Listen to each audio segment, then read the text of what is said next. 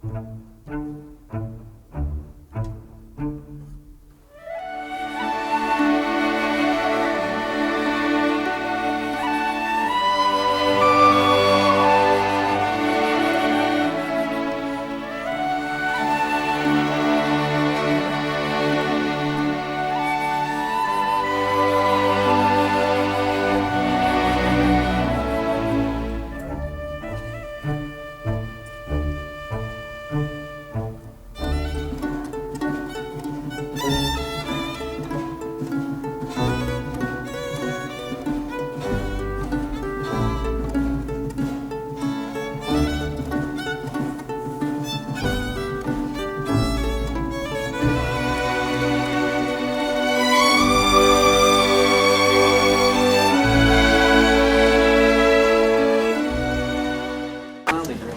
some reason Richard thought I wanted to read some music. I'm not part of the band tonight, but whatever it says, I'm yours. It's the first song, by the way.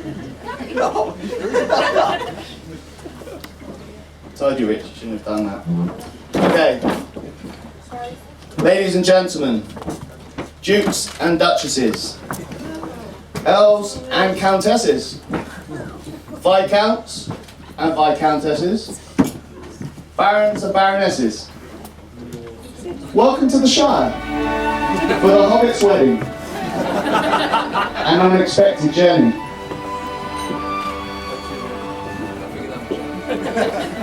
Obviously, Liam Michael Ryan, aka Bilbo, always being the glutton for punishment, didn't think 2 friends was enough to basically bring him into ill disrepute, so he asked 2 of us to do a speech today.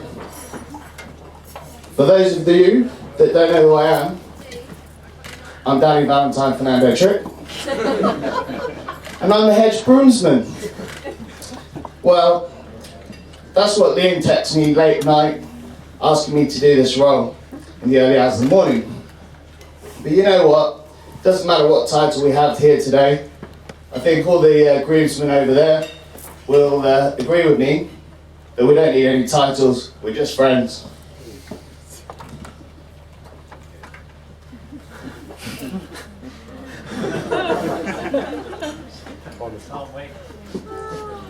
It'll get firing up in a minute. I think it's safe to say that Liam and the 2 women in his life, his mother Marina and Emma, have been slightly worried about what I might divulge here today. This was recently made evident on a recent trip to Cornwall, where I caught up with Marina over one of her now famous cream teas. Marina turned to me, grabbed my hand softly and asked, "You will tell stories about Liam as the heroic sportsman, the rugby star, the leader on the battlefield." This was something that Emma strangely echoed only a week later in an email, which begs the question, Liam, what have you been telling these women about your days on Saturday? One thing I can tell you about Liam is that he finds it hard to leave his work at home.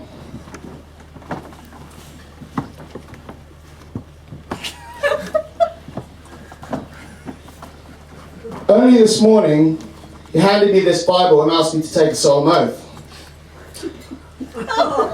To swear by Almighty God that the evidence I shall give shall be truth, the whole truth, and nothing but the truth.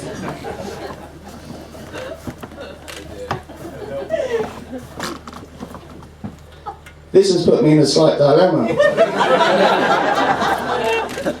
as I had written a fantastical story about a hobbit and his 5-year journey with me to get to this important milestone. So, out go stories about the hobbit's love of baking bread and making cupcakes, the hobbit's love of reading raunchy love novels such as 50 Shades of Gandalf,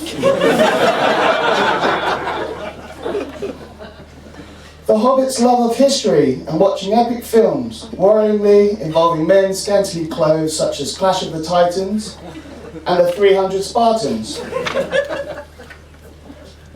Out goes tales of fine dining, where dwarves and elves enjoy his favourite meal, cote de boeuf. All prepared by a hobbit who has no sense of smell or taste. Out go tales of the hobbit drinking bottles of his favourite Middle-earth wine, Malbec, while the other halflings around him drink pints in the Prancing Pony. Gone are tales of the hobbit stirring social unrest and engaging in political debates late into the night with complete strangers that he's just met on his recent travels. Gone are the tales of the hobbit's unique ability to engage his mouth before his brain has even processed what's before him and what's appropriate or sensible to say out loud in public.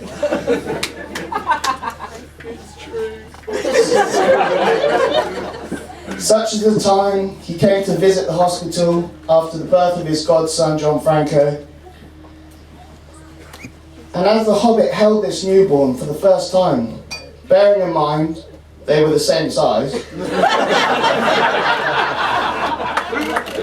he turned to me all surprised, happily, excited, as though he'd made a breaking-like discovery.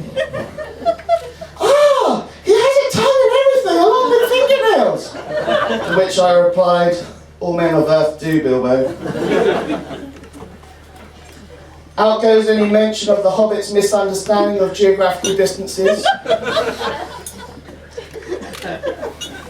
such as the chapter the hobbit was in Bristol on a rugby tour and demanded at the end of a heavy battle to be taken back to his hotel in England, not really realising that we were only standing on the other side of a river less than 20 feet from our accommodation.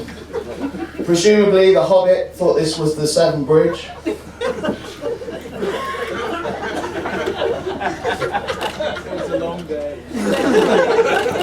Out goes any mention of the hobbit's timekeeping. Apparently the hobbit is never late. He arrives precisely when he means to, as long as it's by first class rail and at least a day later than you actually wanted him to be there. There definitely would have been 3 distinct trilogies to this Hobbit's tale. Part 1, The Hobbit's Love. I love Emma.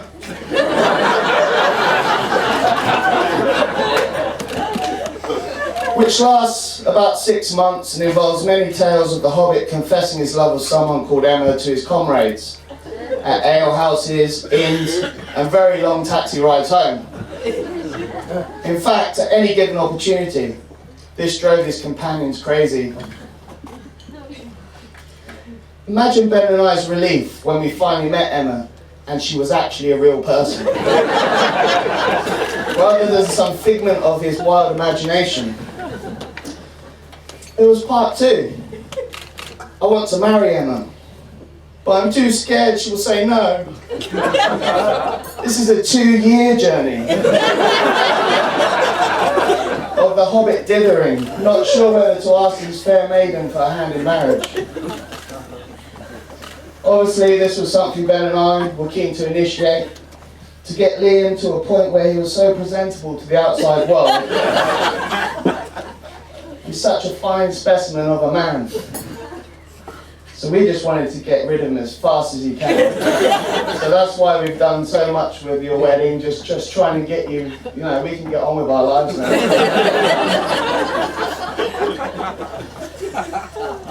And finally there was part 3 in the trilogy, The Hobbit's quest to be a model husband. This was the final instalment of our friend's journey. The last 2 years in which the Hobbit and his friends would regularly go to the gym, often finishing these grueling workouts by heading to the sauna to discuss world events and matters of the heart. The tale recalls that during one of these deep and meaningful chats, the Hobbit was asked, what is it that you want from a marriage? In which he replied, "Well, I want to be a model husband, and I want to be a model citizen." And he added with a cheeky grin that he also wanted to be a model lover.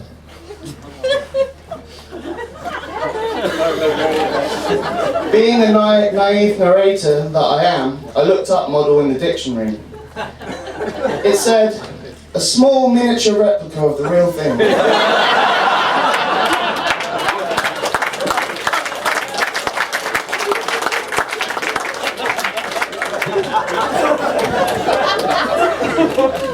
It's a real travesty that all these far-fetched, eccentric and episodes of grandeur have to be thrown out, as it is these very tales and memories that have formed the Liam we all know and love.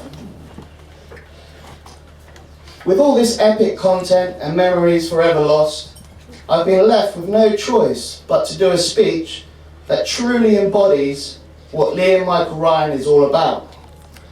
So I'll have to keep this short and well-rounded.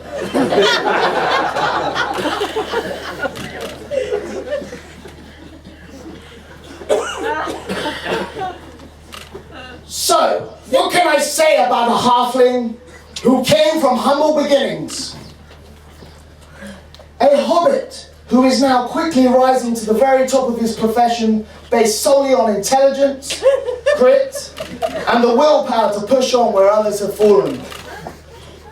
A hobbit who is beginning to distinguish himself at the very highest level amongst his peers.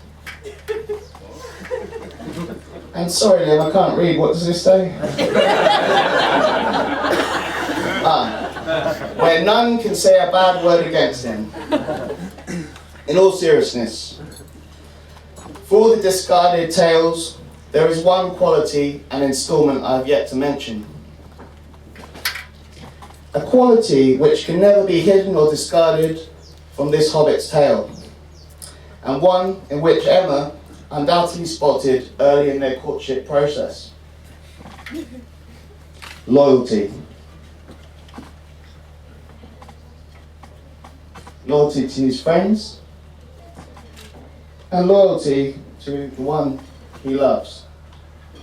The truth is, ladies and gentlemen, in all the years I've known this man, I've known no other man or halfling more loyal, more conscientious or true than this man. Over the years, I've seen it with other people, and I've also been the beneficiary and experienced it myself in the times when he's been there for me.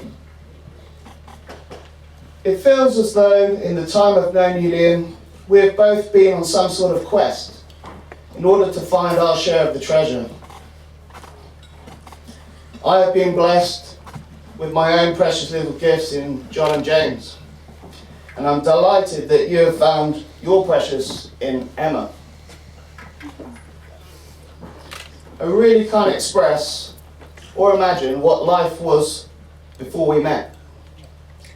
And you have enabled a personal growth that wasn't possible before that moment. It really has been an unexpected journey. I will forever be grateful for the level of maturity, competence, and wisdom you have shared over the years. Liam Michael Ryan, you are a true friend, a brother.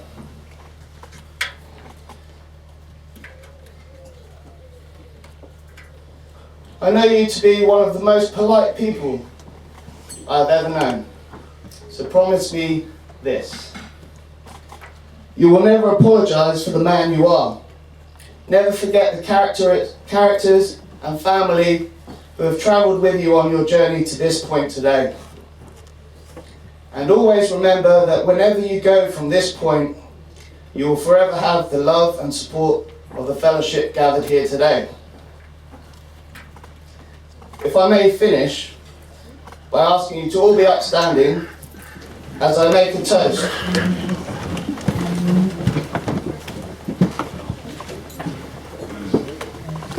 A toast to my dear brother, Liam Michael Ryan.